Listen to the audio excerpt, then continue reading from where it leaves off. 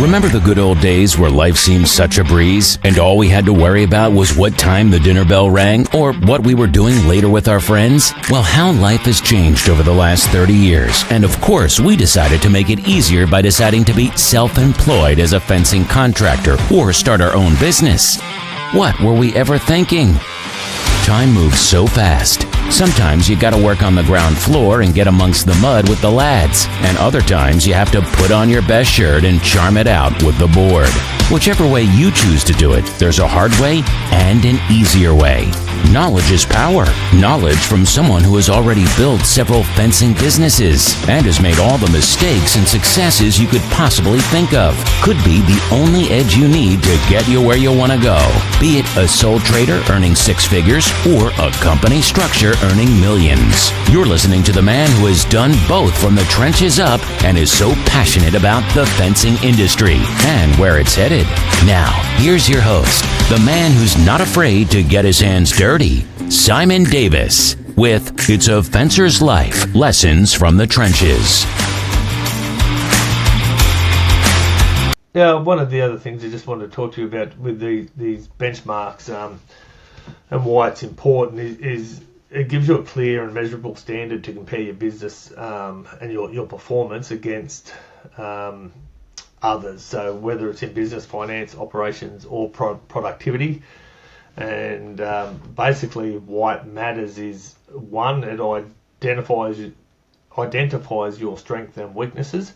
So the benchmarks highlight areas where you are doing well and where you're falling behind. For example, if your gross profit margin is 22%, the industry benchmark is 35%, you instantly know there's room to improve. So that's number one. So that's a really, really good tool to just measure against. Number two, it helps set realistic goals. Rather than pulling out of thin air, benchmarks help you set goals based on industry performance. So in our industry, which is that makes it more achievable and aligned with what's working elsewhere. So that's really, really important for us. Number three is informs better decision making.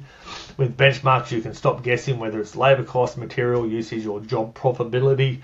You get a clearer picture of what's normal and what's not. Again, what I said with my labor, I've been running, the average is between 15 and 26% in my group. I've been running at 16%, and then last year it jumped to 64%. So massive red flag straight away for me that I had to address. Number four, tracks progress over time. Using the same benchmark year after year helps track growth and efficiency improvements. So what we want to see there is that you're just not being busy, you're actually getting better. Continual improvement, Kaizen, I suppose you could call that, is a Japanese word for continual improvement, so you're always getting better.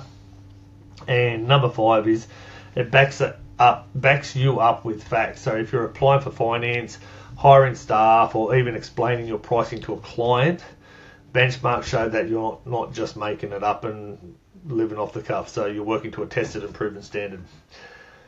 And number six, the last one is improves job costing and quoting. So for trades like fencing, using a benchmark helps calculate man hours per metre, profit per job, and material waste rate. So your quotes are accurate and competitive, and you're just not guessing what's happening. So basically, if you're in business and not using benchmarks, it's like driving with no dashboard. You've got no idea how fast you're going, how much fuel you've got left, and when something's about to blow up. So this is a really, really cool thing to use. As I said, it's very, very quick. Once you get your head around it, it's very quick, and you can just sort of move from there. Hope this helps clear a few of those nuances up.